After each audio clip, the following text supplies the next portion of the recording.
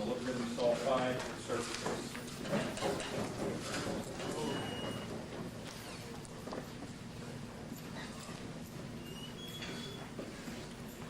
Well, it is my great pleasure to be here presenting a talk at a session that others experienced there.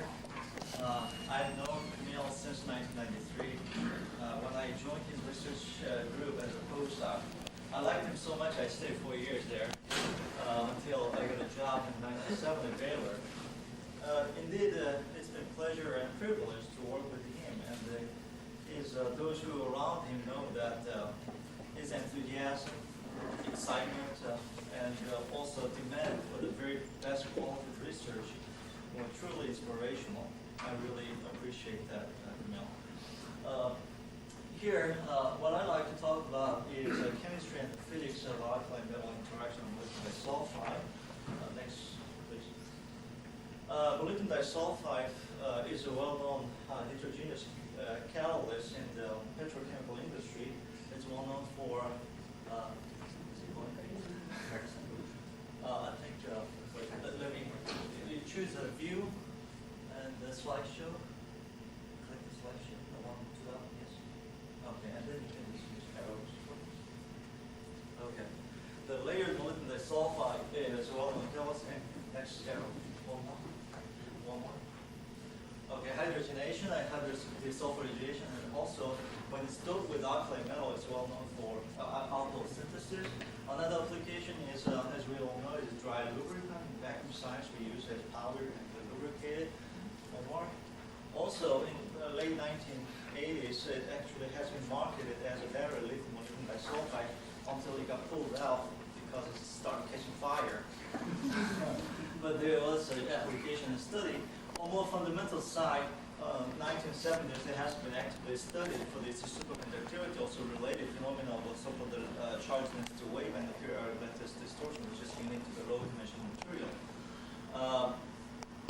Indeed, the interaction with the alkali metal with the general substrate surface is very fascinating and has been studied a long time and still going on. I'd like to mention about the lowering work function. In the early 1920s, as you all know, Langmuir and Howard reported lowering the work function once he caesiated tungsten surface. Since then, extensive study have been done on this interaction of alkali metal and the substrate surfaces. Surface reconstruction example here, influence of alkali adsorption on the surface and the subsequent influence on the co-adsorption property, which we sometimes link in the catalysis as a promotional effect. All of these pictures involve so-called charge transfer. As we know, the alkali metal are the ones that have low ionization potential energy, so they easily donate the valence electron to the substrate. However, in recent years, actually, all in 1980s, I believe, or late 1980s, that picture has been challenged a great deal, particularly calculation by Weimer et al. That actually perhaps maybe there's no actual charge transfer other than just formation of multiple dipole on the Cs of alkali over layers. So we really want to know, in my case, that whether we can see actually charge transfer between the alkali metal to the substrate, and what kind of electronic structure that system possesses. Because these are important in the catalysis, in the fundamental research of catalysis, because we like to characterize this bonding between the adsorbate and substrate in terms of ionic bonding or covalent bonding, and where's the location of these electrons, accessibility of these electrons to the electron accepting molecules. We can go next. So we decided to study this using a Sienta-esque machine on the Zettelmoyer Center. For those who are not familiar with molybdenum disulfide, here is a schematic structure. It is a hexagonal lattice. Here's a sulfide atoms indicated by the open circle, and molybdenum atoms the dark field circle. So it's a hexagonal lattice of molybdenum and two sulfur are sandwiched to form a molybdenum disulfide chemical unit. And between the layers, there is only a weak van der Waals interaction. That gives rise a property of so-called the two-dimensional material. You can easily peel it off. Let's move on to the next. Here's a simple review of what is actually photoelectron spectroscopy. It's a simple use of highly energetic photons to kick out the electron, either from core levels and valence levels. We look at its kinetic energy and the direction to get the information of initial state binding energy and the momentum. Next click. Yes, so what you will get is that you have a binding energy versus electron count. Because each atom has its own unique electronic structure, you can easily identify which transition these correspond to, for example, within 3D peaks and sulfur 2P, so you can have a readily identified elements on the surface. Furthermore, by looking at the accurate peak positions, you can tell the chemical environment. Another application to it is if you study the angle-dependent intensity of these photoelectrons, what you will see sometimes is this intensity modulation. In this case, we changed the electron emission angle around the surface normal, which we define as azimuthal angle. You see these electron intensity modulation. This is basically from the photoelectrons propagate outward from the surface. If the surface is a single crystalline, these electrons will diffract because of wave nature. So these are the, for instance, is a photoelectron known as photoelectron diffraction pattern. In this case, it depicts the threefold local symmetry near the top surface. We can also look at the intensity variation of valence photoelectrons, but the valence photoelectron intensity dependence is a little bit more complicated. There are extra factors that might influence the intensity dependence. You can write down the intensity of valence photoelectron as a function of the direction. Here, K represents which angle is coming off. Not only that we have a diffraction contribution, but what we have as this is a sort of momentum conservation that maps the initial state in the Brillouin zone. So if we don't sample the electrons coming out of the complete Brillouin zone, you may have intensity variation due to the incomplete sampling of the initial state. Another the factor that influences the intensity is so-called this electric dipole matrix element. Basically, if the initial state is not like a core level, they're fully occupied. For instance, the initial state, the valence state of molybdenum disulfide heavily populated with the D valence state. So it's strictly asymmetric orbitals. If they are partially occupied, intensity may reflect those partial occupation of non-spherical orbitals. So, next. For instance, if you look at the top of the peak as a function of polar angle, if we remove this diffraction peak due to the crystal diffractions, you see the background intensity modulates smoothly with a minimum occur around 50 or 51. This is known and we reported due to the initial state effect that the molybdenum disulfide case, the top of the band is predominant for these 4D z-square orbital, and you see this what is known as a nodal angle, the 54 degree, but it doesn't exactly match 54 because there's other contribution, other orbital like dx square minus y square orbitals, dxy orbitals. So using these techniques, we look at the interface between the alkali metal and molybdenum disulfide surface. Here we evaporate the cesium in the vacuum on the UHV conditions. We look at the first diffraction pattern of photoelectrons coming from the molybdenum disulfide before and after the cesium evaporations. And you see the diffraction patterns are nearly identical.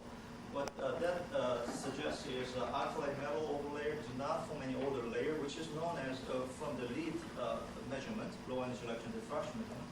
Furthermore, it does not induce any structural reconstructions on the surface layers. Same thing we did it also with other alkali metal potassium molybdenum disulfide. This is actually about 0.29 monolayer of potassium evaporated molybdenum disulfide. Essentially, diffraction patterns are the same as those one that observed in the bulk. However, there's a significant change in terms of the core level. Here, before the adsorption and the first submonolar coverage of cesium, you see the whole peak shift both molybdenum and sulfur to the higher binding energy side around 0.8 eV to 0.9 eV. It is nearly uniform shift. And from then on, peak keeps broadening. And the same shift can be seen on the valence band regions. But more interestingly, on the top of the valence band, there's a new valence state appears. If you blow up this regions after the first hormonal layer coverage, peak is located near the family level, extremely sharp. That it's the width is only limited by our instrument resolution, which is about 0.4 eV.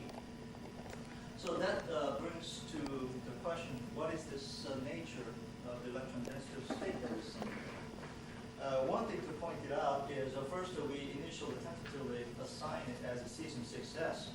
However, immediately one will notice that it's extremely sharp, which means a narrow band in the valence band.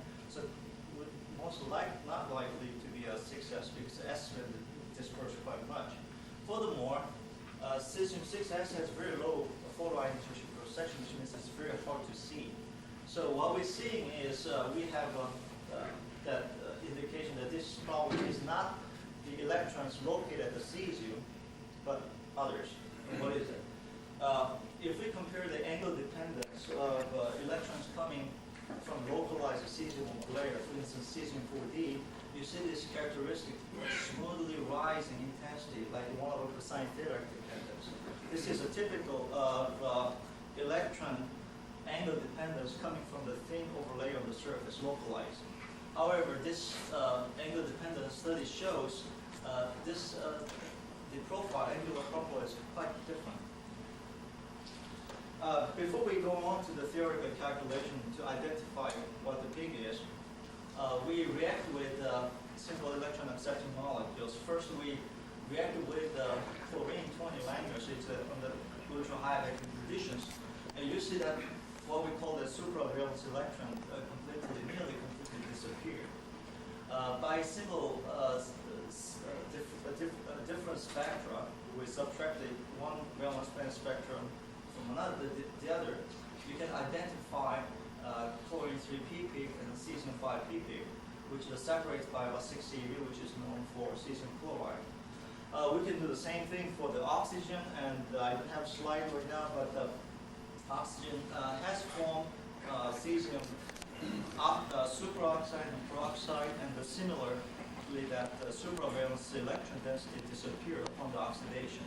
Here, in the interesting case of water, when we expose the surface to the water at the ultra high vacuum condition, actually didn't do much of reactions. However, we increased the water pressure, partial pressure, to about 1 torr, I believe 30 seconds or so. You see the significant reduction, and then the formation of hydroxide-like species on the surface. So what's happened? Next slide.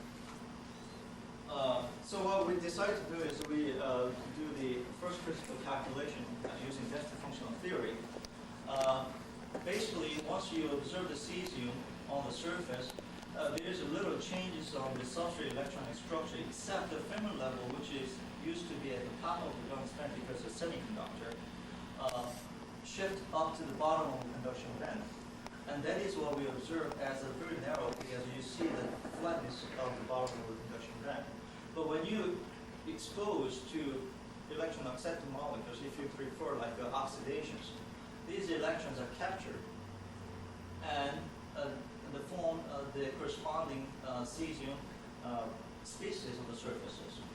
And that is the calculation accounts for the disappearance of the supravalence electrons, as well as in this case the formation of the correct difference between the chlorine 3p, cesium 5p peak conditions after the oxidation. And we decided to study whether this is a general phenomenon. We already know the potassium behaves similarly, so what about the smallest alkali metal lithium? So we carried out this study, and we see the familiar patterns that there is extra density of state arises above the valence band. But one big difference, the peak position is quite different from what we observed in the cesium case. The difference, I do not remember the number exactly, but this position is about 0.3 eV above the valence band, this one is a 1.25, so I guess 0.9 eV difference. So quite a difference in terms of the location of the supervalence electron. Furthermore, the full width at half maximum is quite broad, about in this case 1.5 eV compared to 0.4, 0.5 eV here. Here is just backing up my claim that potassium behaves similar to cesium. And if you look at the core level regions, more exciting and dramatic changes occur upon the lithiation. This is molybdenum 3D, 5-half, 2-half, and sulfur 2S and sulfur 2P regions. You see this, what we call this a reduced peak appear, which is about 1 electron volt shifted toward the lower binding energy side. Because we now have ability to lock into the particular peak and then look at the intensity as a function of angle, it's a spatial distribution, so we combine this surface core level shift with the angle dependence. If you look at what we call the original peak, Alkali peak, you see this maintain this diffraction patterns.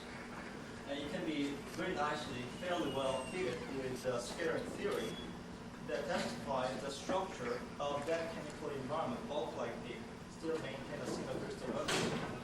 However, if you look at this reduced peak, it's completely gone, the diffraction feature. That testifies that destroyed the crystallinity of the surface. Next, if you look at also lithium peak, what behaved, remember the cesium was like showing the 1 over cosine theta that reflects very localized on the top of the surface. On the other hand, lithium peak, if you go back to the one figure, it's very similar to this reduced region of molybdenum and sulfur. One can do the simple semi-empirical calculation of what is the depth of this reduced region is about 12 angstrom, which is about 2 surface from a layer of molybdenum and sulfur.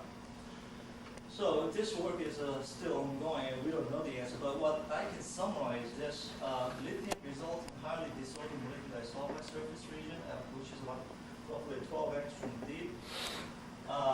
That we also see the significantly reduced peak in both molybdenum and sulfur. This new peak position of the reduced molybdenum is very close to the metal, which is a 228.0, so it's about a little less than 0.3 eV difference. And sulfur position is very close to the sodium to sulfur, like the lithiated sulfur peak. Here we also note that this supravalence peak does not appear where it should if it is a simple electron filling of conduction band. And from this, we can conclude that for the cesium as well as potassium molybdenum disulfide, so-called this rigid band model is a good approximation that electronic structure, the perturbation on the substrate is minimal. The role of alkali metal is a simple and clean electron transfer from alkali metal to the substrate. However, for the this light alkali metal, lithium molybdenum disulfide, there's significant changes, chemical changes, that we believe it's partial reductions of molybdenum disulfide. One more.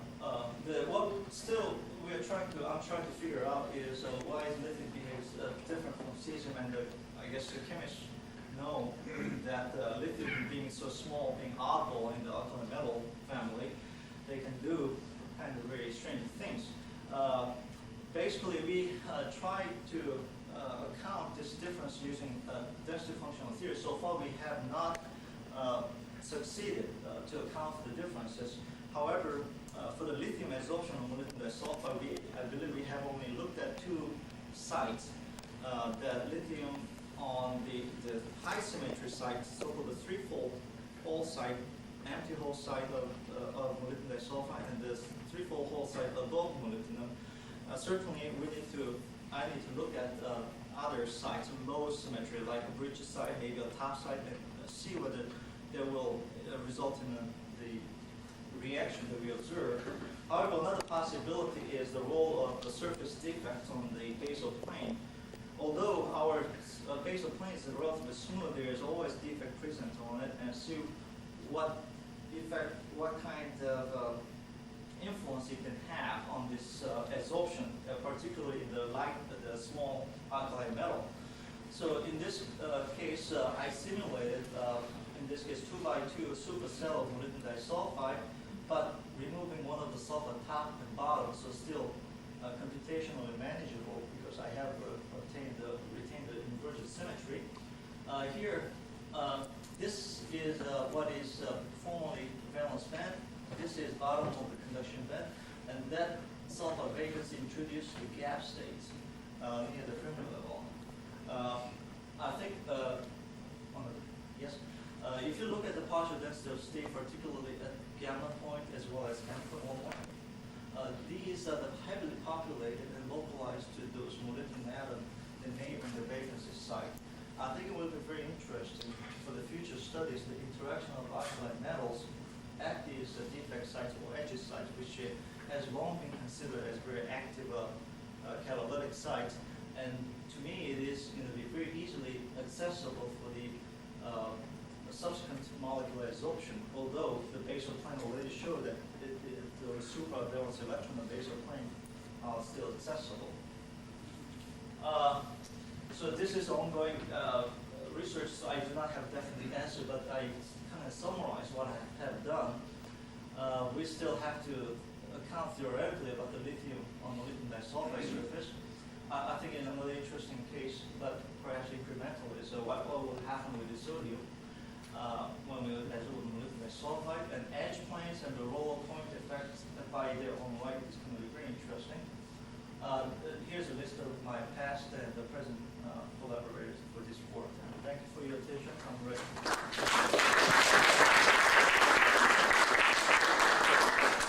Any for questions?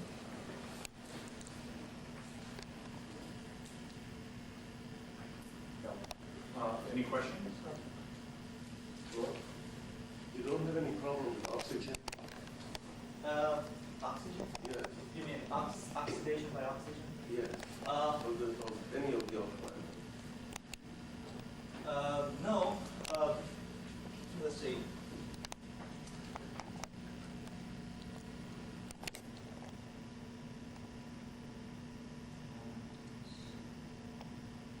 I have a graph, although I didn't show.